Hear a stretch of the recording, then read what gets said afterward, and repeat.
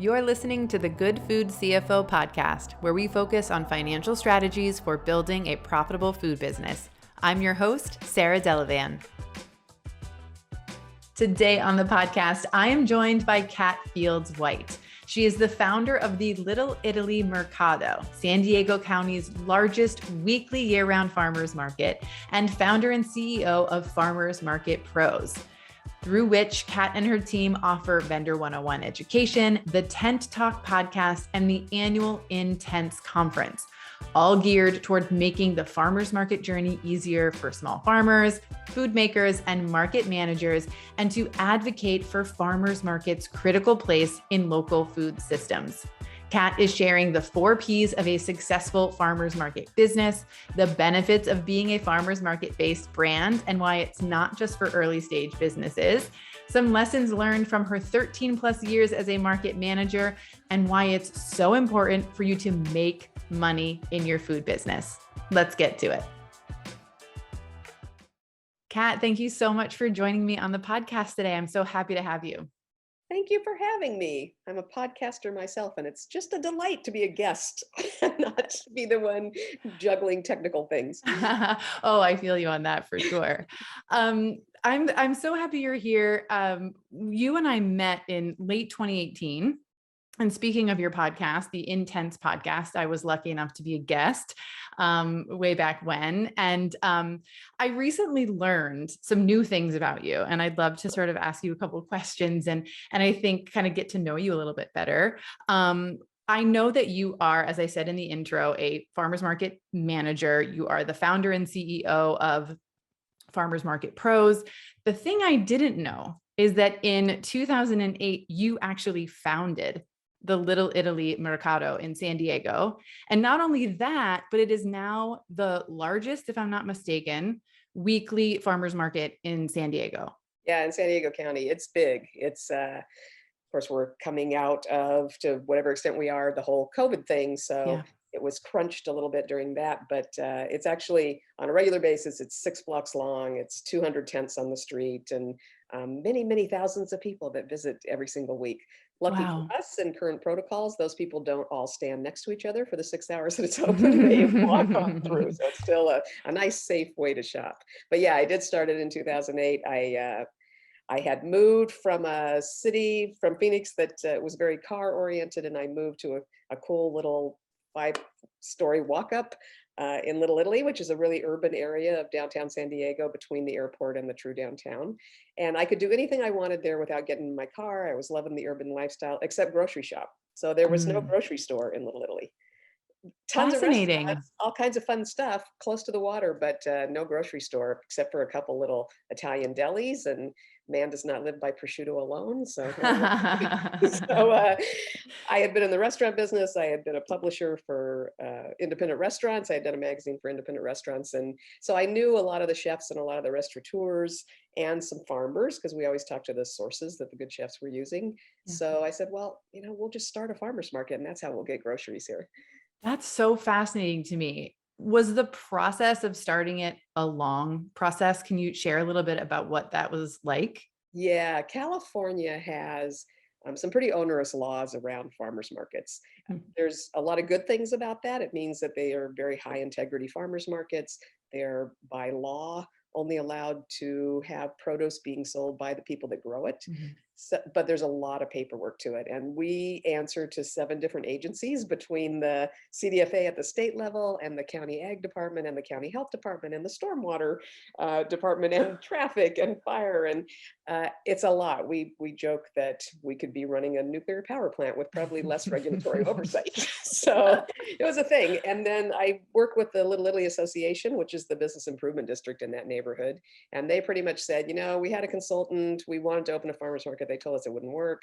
I said, I'll do it on spec.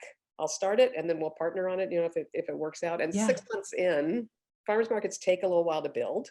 6 months in, I got an email from a guy that was running the board at the time and said, you know what, just close it down. It's going to be embarrassing. It's never going to work. It's never going to take off. And I said, you know what, I want to put a little more time into it. The other board member said, hey, if she thinks she can do it, it's not costing us anything. Let her move ahead.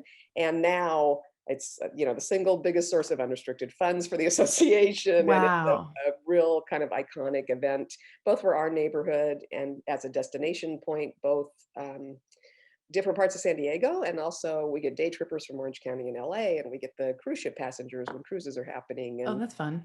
visitors. And I think National Geographic had us as one of their top 10 things to see in San Diego a couple of years ago. So Wow. it's not embarrassing. It's been good. It's a nice reflection of the community. One more thing to add to the wonder of Little Italy. So Yeah. Wow. Congratulations on that. I feel like, gosh, I should have known, but I'm sort of glad we're having this conversation now and I'm getting to learn about it from you sort of on this platform.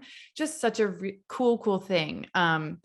And so, gosh, something to be so proud of. What day of the week does the market happen for anyone who might be listening who wants to that's right. visit? Coming to San Diego, you need fresh food. We're every Saturday from 8 a.m. to 2 p.m. And then a couple of years ago, we opened an additional market. The Saturday market's so crowded that our actual neighbors were grumbling about all these people clogging up the street while they were trying to buy groceries for the weeks, because there's still no grocery store at Little Italy. So we started another market on Wednesday morning, and that goes from 9:30 to 1:30. It's kind of a compressed version of the Mercado, but it's got all the basics that you need for groceries, and then Yeah.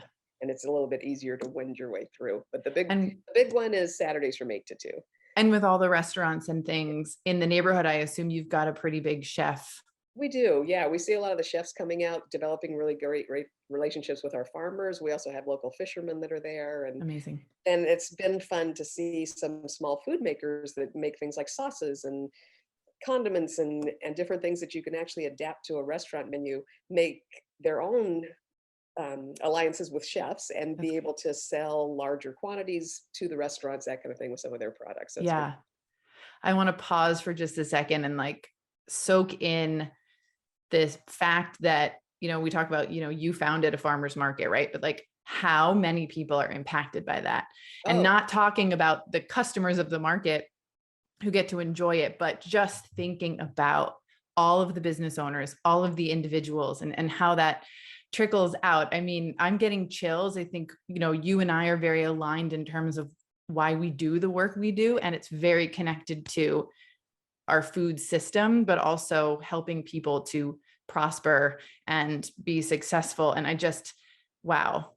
yeah, I mean, I have a love of entrepreneurship. I've been a serial entrepreneur myself my whole life, from the time I was a kid and on up, always with kind of a food theme winding through it. But Yeah. I've owned a lot of different businesses, including a restaurant at one point. And so I'm kind of hooked into what food entrepreneurs go through. And I've got real ideas about, based on lots and lots of years of learning things and making mistakes and learning to do things better.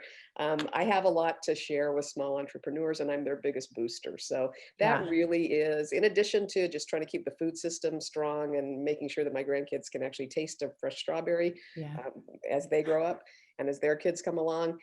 The other thing is, I just love the fact that farmers markets provide, like restaurants in many ways, provide such a relatively low barrier to entry and a way to advance and really support yourself and your family as an entrepreneur doing what you love.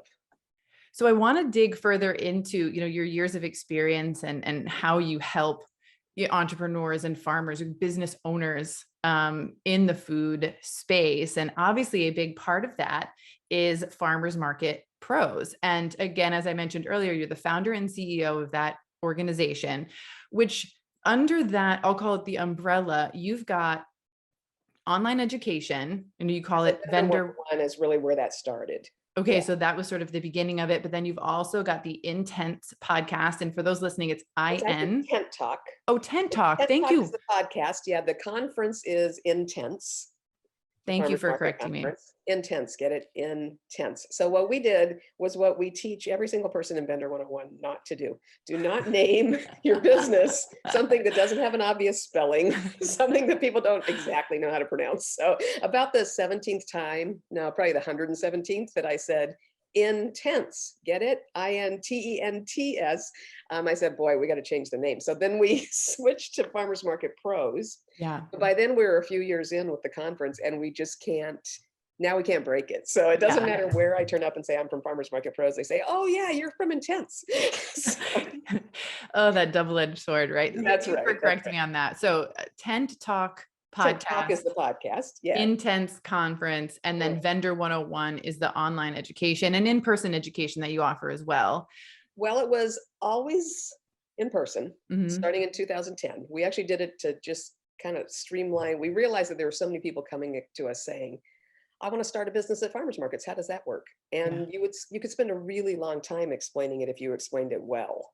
And it was just too much to keep doing one person at a time on the phone or via email. So we thought, okay, we're going to start this class. People that attend that have a good, solid base, and they can make an informed decision about whether this is even something they should do. We always tell them one of the good outcomes that can come out of this class is that you realize this is way more work than you thought, and you back away screaming or quietly or whichever tone you take, but that maybe this isn't right for you. It is a real business. It's not camping just because it involves tents. So the other good outcome, of course, is that you would come out of there knowing exactly what permits you need and how to actually form a business structure and what to look for in terms of developing your branding and your name, and how to do a really quick one sheet feasibility on, can you make money Yeah.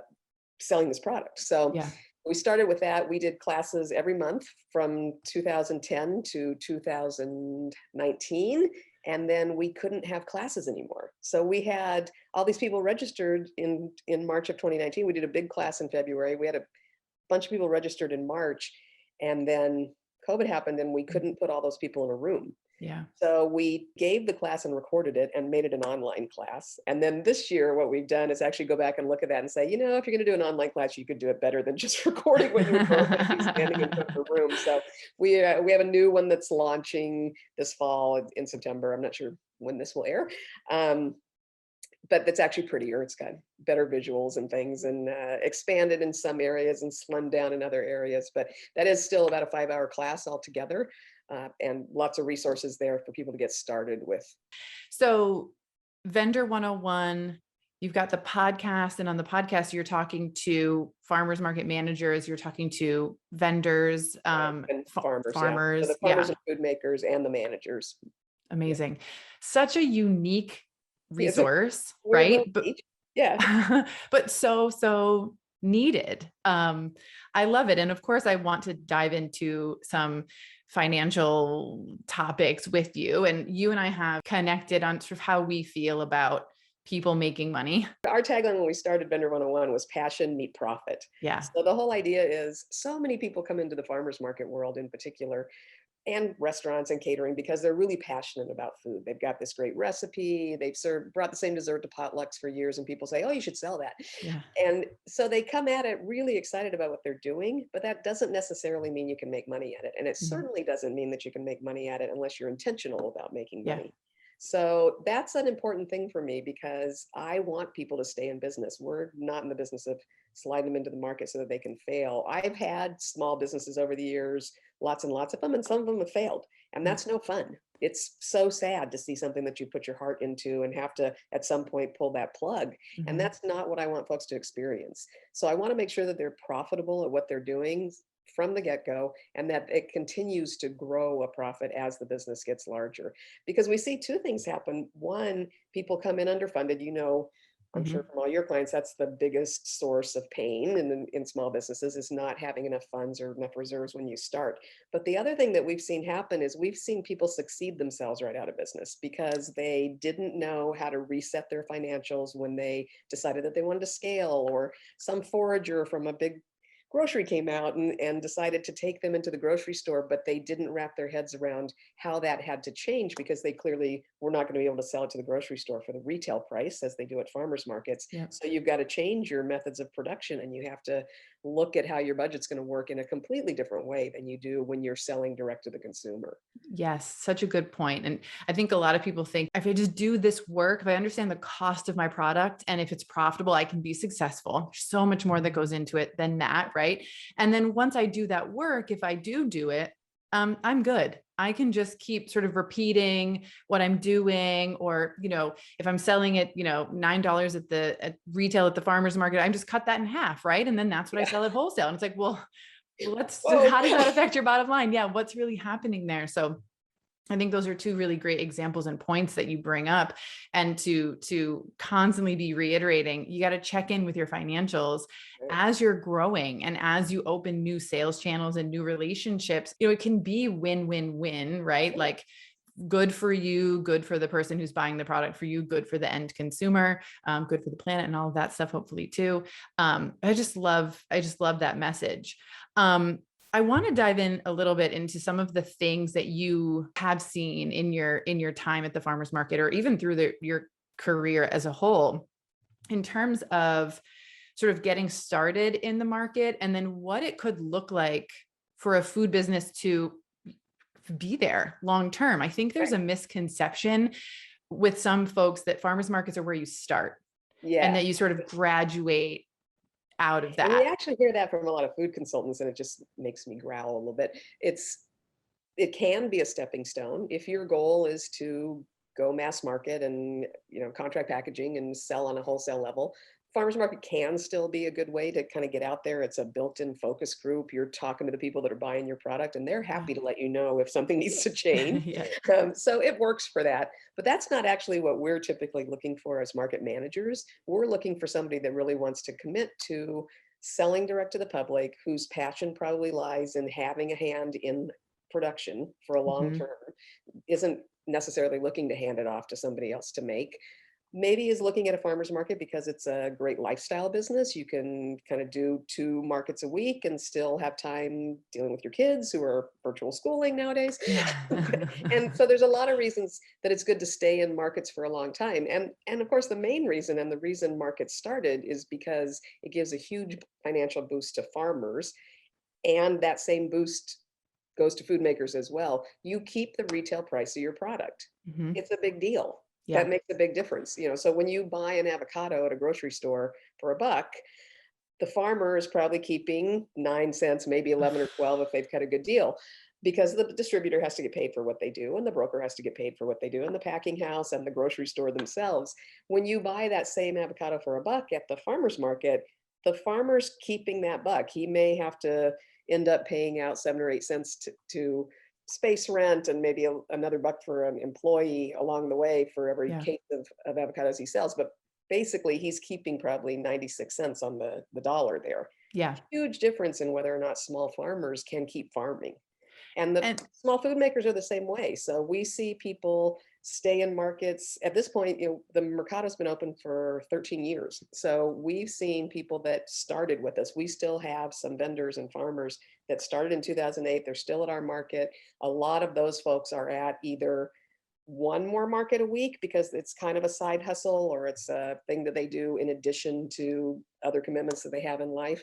But then there's a lot of them that are at 6 or 7 markets a week, and right. they've got employees at this point, and they're at 2 or 3 different markets on a Saturday, and then they're at a Tuesday and a Wednesday market.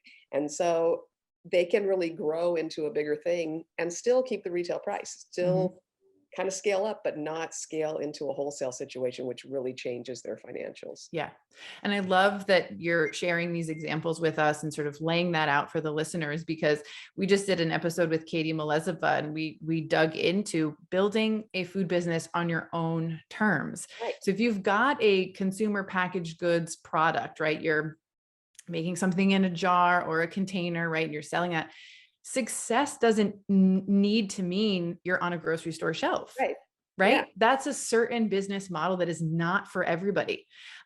It can literally look however you want it to look. And I love that in what you were just talking about, you included time with your family. You included the option to still have employees. You don't need to Right. be at 6 markets personally, Right. right? You can build a business on your own terms in a way that works with your lifestyle, right? And your financial goals. But the key is knowing what you're getting into, and Right. setting yourself up for Yeah, and success, right? making those choices. There's a lot of ways to grow, and they're all okay. Yeah. You want to pick what's right for you. If there's someone listening who's early in the stages of building a food business or thinking about it, I actually have a couple people in mind that I've talked to via Instagram recently who I think are probably listening. What are some things that you think are important for people to know if they're considering selling at a farmer's market? When we run through it, we tell people there are 4 Ps that are important Mm, in selling at a farmer's market. One is the product, of course. So your product quality has to be good. One is packaging. So like any product, whether it's on a grocery store shelf, whether it's on your table under your tent, packaging is important to draw Yeah. people to you. One is professionalism.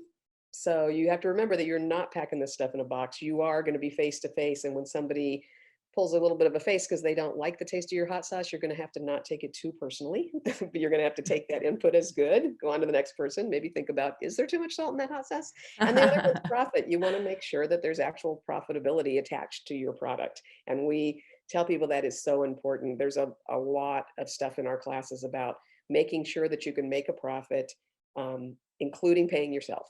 So you cannot leave your own livelihood out of that whole situation. And then the other thing in terms of developing a product that's going to be able to get into a market, just like getting into a grocery store or anything else that you're going to pursue with your product, is you've got to have some differentiation. So you can make the best brownie in the world.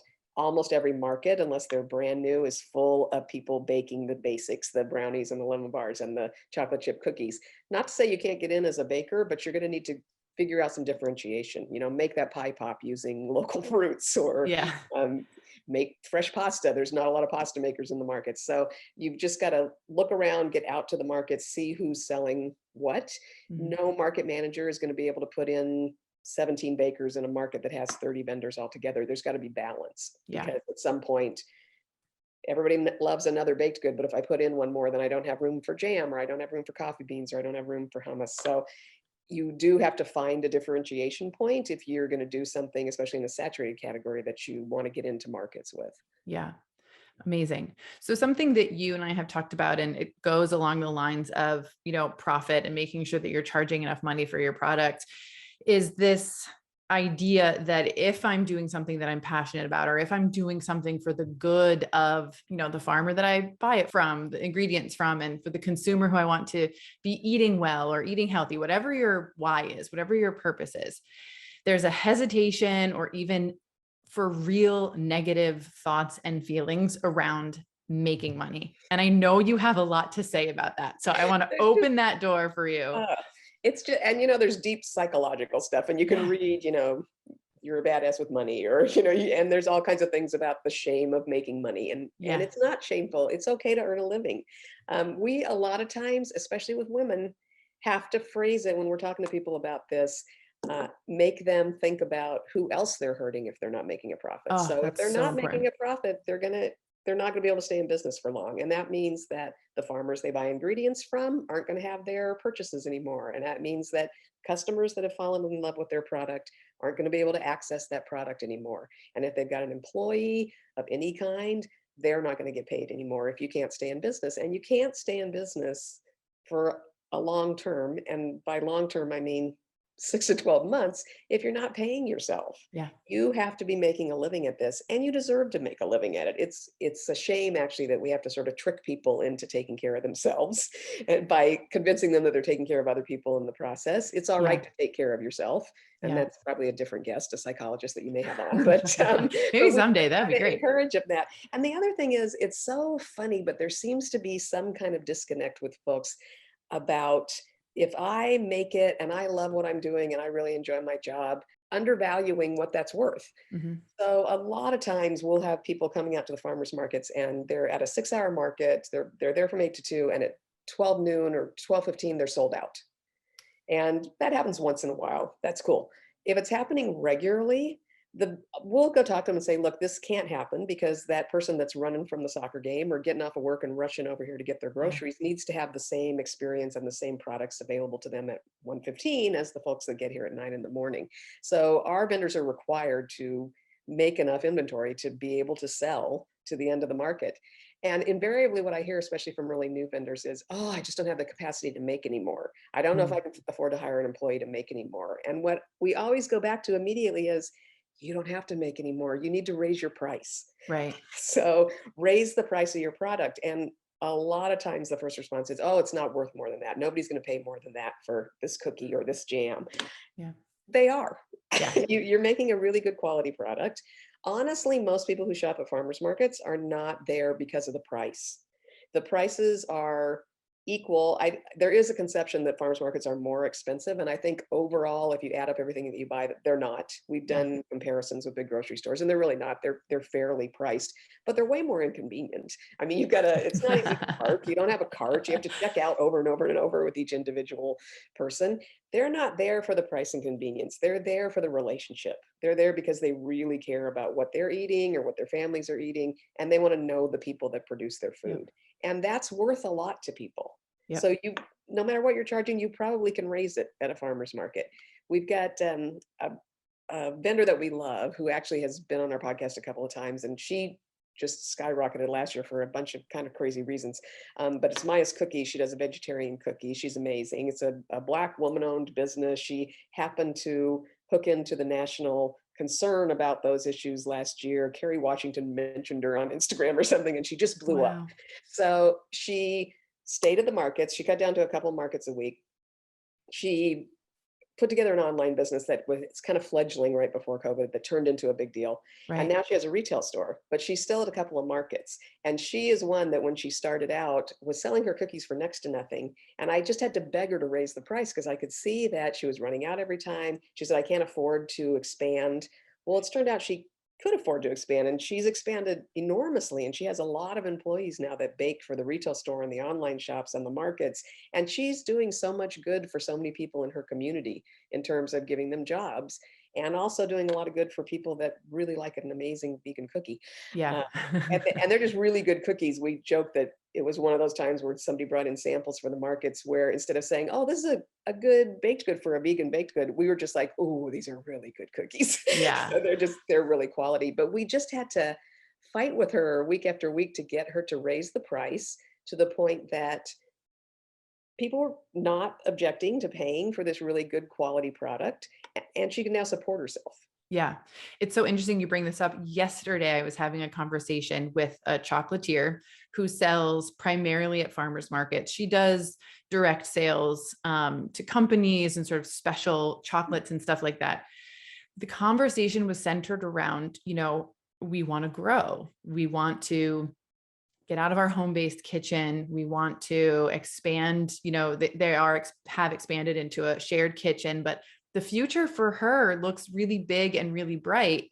But to get there, she needs more money in the business. And that is going to take a price increase for her product, not to mention, as she pointed out, inflation has things, it was like 8%, right? And on top of that, due to COVID, literally every input she has in her product has gone up in cost. Everything, everywhere. And Vanilla extract and butter and everything that you put in everything is more expensive now, if you can get it. We had quite a long, really lovely conversation. I said, it's not that every time you want to take the next step in your business, you have to increase your price, but take a look at, where do you want your business to be?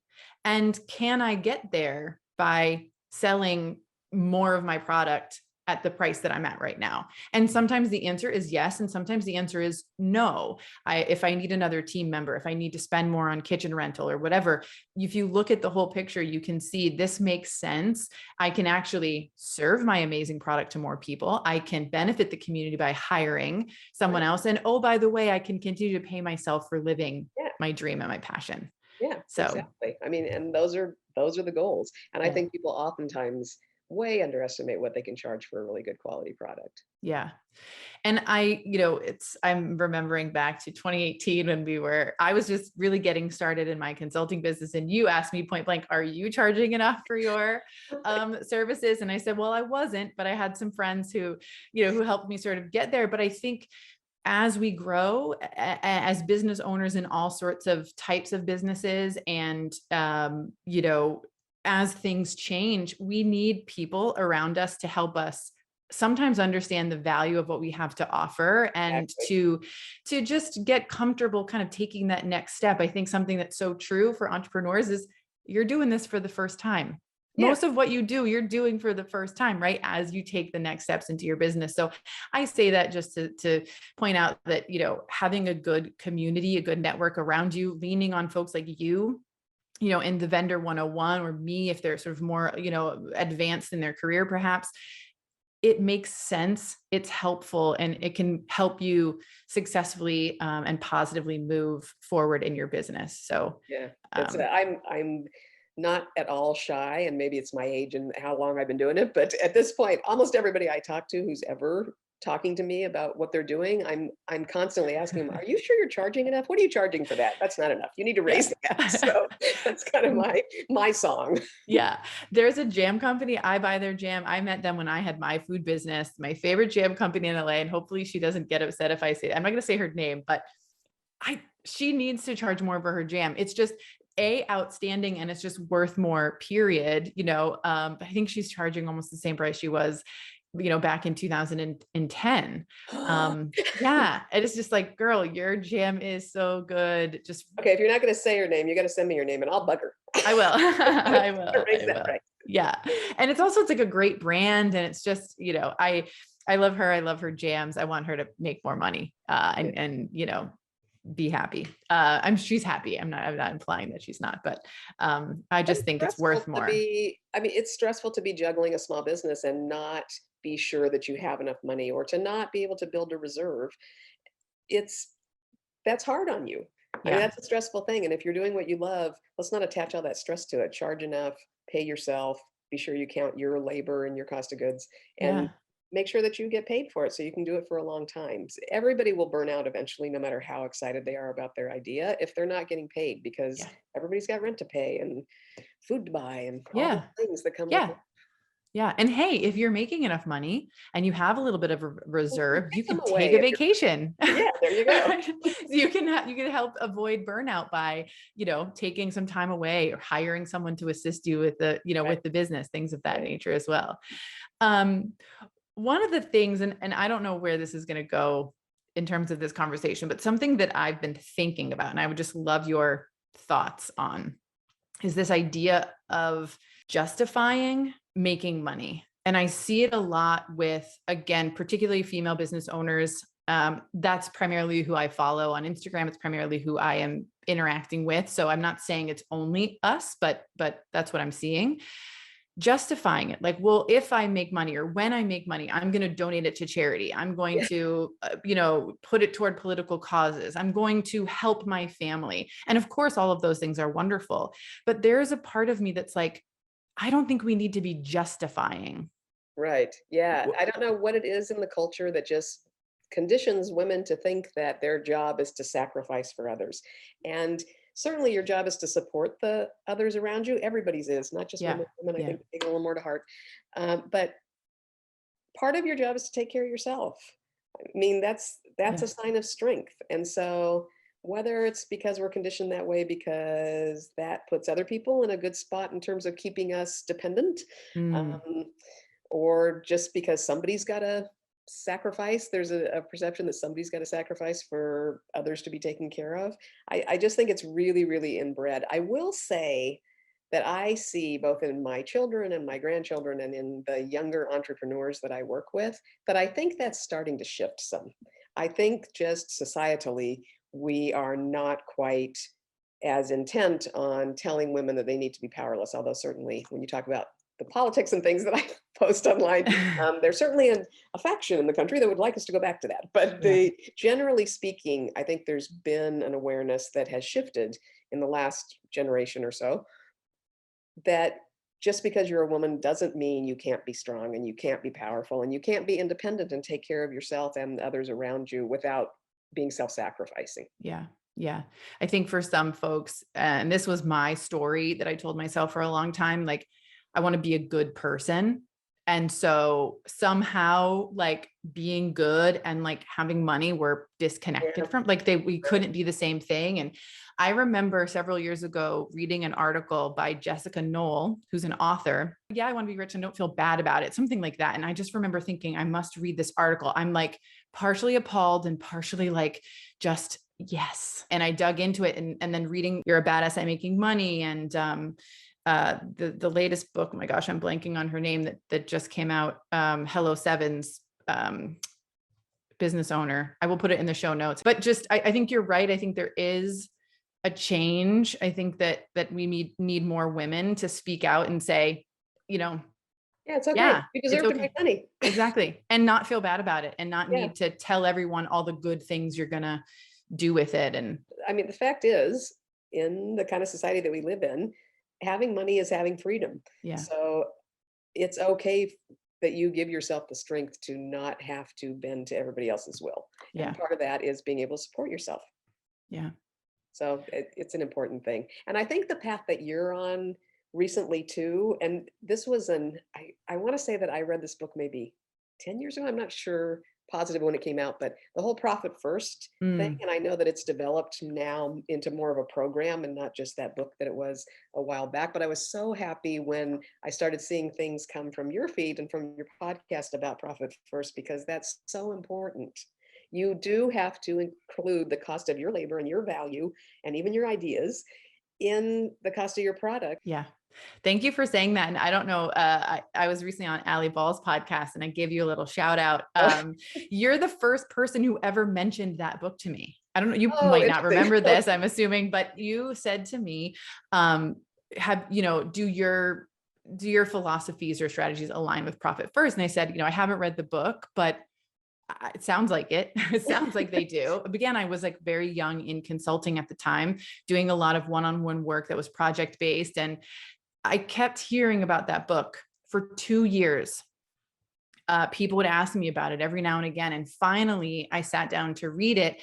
And at first, it felt very much like, okay, this is a strategy that makes sense. This is a strategy that kind of appends itself to what I'm currently doing in a very, very like kind of almost like seamless way. And then as I got into it further and checked out the certification process, what I realized is that it's a way of thinking. It's about sustainability. It's about, financial sustainability. It's about making small but significant changes in how you run your business so that you are not a poor entrepreneur, so Yeah, that you are, as you said, taking care of yourself. And I just thought this can lend itself to mindset changes. And absolutely. this can lend itself to getting people going and sort of being the beginning of the snowball. Um, and I just thought this feels right. And it feels like something that I am absolutely aligned with. And it meshes so well with the rest of your business. I mean, your existing consultancy in terms of teaching people to know their true costs and things. Profit is one of your true costs. You have to be making a living. And it's funny, Sarah, when you said it's part of sustainability, I mean financial sustainability. It's actually also part of sustainability in terms of the planet, because people that have more money are able to be more conscious about things that help sustain the planet. So when you're scraping along and you're trying to cover just your basic bills, you're still driving an old car that's not fuel Mm, efficient, and you're still having to use equipment that's putting out freon because you can't afford that new equipment that's actually more efficient and more climate oriented. So it really is about not just your own personal financial sustainability and your business's financial sustainability. It actually also ties into the whole, let's see if we can keep this planet hospitable to us for a little bit longer kind of sustainability. you're right. Thank you for pointing that out. That's so, so true. Is when we, you say, like money talks, or like, use your money to sort of send a message. Like, what do we, spend your money on what matters, right? It's like those of us who do go through the inconvenience of going to a farmer's market, Sure. because it matters to us, and being able to buy, clothing that's not Yeah. fast fashion, Fashion. right? That's Yeah. that's being made by what I might call the equivalent of a farmer's market food Sure. vendors, and a smaller, more sustainable clothing brand. That's absolutely true. Thank you for pointing that out. And thank you for, just mentioning that the profit first thing. I think it feels good to know that others in the industry, especially someone like you recognize it. And I think a big part of the messaging right now for me is this isn't just about how you allocate your money. It's about the philosophy behind it, Right. the way that you think, and how you can grow your business. Yeah. And it is very much tied into the mindset thing. I think you and I have both seen Charlotte Smith talk and develop. And, Yeah. she started out kind of focused on marketing, but she's really moved into what she realized was an even important message, which is along the same lines, teaching people that it's okay to make money. You Yeah. deserve to get paid for what you do. You have value. And thinking in those terms when you're developing product or when you're living your life, either one. But Yeah. I mean, you really see it at beginning entrepreneur stages, because you'll do sit down with them and say, what's this cost? What's your packaging cost? What are these ingredients and such? And what's your labor cost? Oh, well, I do it myself. Well, there's still a cost to that. Yeah. That doesn't mean You it's have to free. get paid. Well, Kat, I could sit here and talk to you all day. I honestly could, but we've got to, fit it into a podcast format, unfortunately. But before we sign off, I'd love for you to tell us a little bit about the upcoming Intense conference. When is it happening? Where can folks get tickets? So you can get tickets online. Go to farmersmarketpros.com. Click on conference, and that'll take you over to Ticket Tailor, and you can get tickets for the conference. It is designed for people who are participants in farmers markets, whether it's a manager or a food maker or a small farmer. It's not for the consumer that loves farmers markets. That's not really our thing. We're talking to folks that are doing the work. So farmersmarketpros.com. That's also got information on Vendor 101 if you're a food maker that's thinking about getting started at farmers markets. And it's got a link to our Tent Talk podcast, which is a free and easy way to get some education and to hear what other people in your boat, what they're paddling with. So a good way to kind of tune into that. And on that same website, if you hit consulting, you find me, or you can go to cattfieldswhite.com. That gets you right back to the same place on the Farmers Market Pros website. And I do one-on-one consulting with people that want to figure out what's next for them. Awesome. Awesome. And then I know I follow you on Instagram. Do you want to share that handle with folks as well? Yeah, so Farmers Market Pros on Instagram, again, is for the farmers market people. And I'm Catt Fields White on Instagram personally. So if you want to have some farmers market news and sustainable food system news mixed in with pictures of me carting my grandchildren off to their college dorms, or every once in a while, a shot of my cat. I got a COVID cat. So yeah, you'll see a little bit of everything if you're following me personally. Yeah. And some travel eventually, hopefully. Some travel we Yeah. hope to get back to. Yes. So typically I've spent a month or so each year in France and the UK, and I've spoken at conferences there, and I've been rolling over. There's one conference now since the beginning of 2019. I'm sorry, beginning of 2020. It's all a blur now, isn't it, with the COVID thing? Yeah. But since then, I've been rolling this about every 4 months. They reschedule this conference, and I finally surrendered and said, okay, I'm not going to make it to France. I'm not going to make it to the UK this year, but I'm going to Philly. So if anybody out there is from Philly, say hello. You'll see me at the farmers markets in Philly and New York and DC. Amazing. In the next month or so.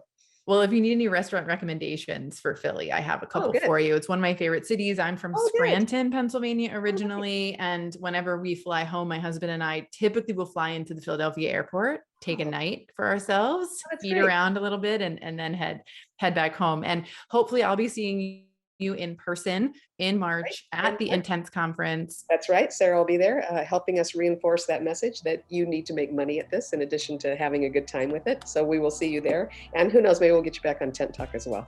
I'd love it. Catt, thank you so much for joining me here today. It has been an absolute pleasure. Great. Thanks talking to you. Always great. Bye, Sarah. Bye-bye.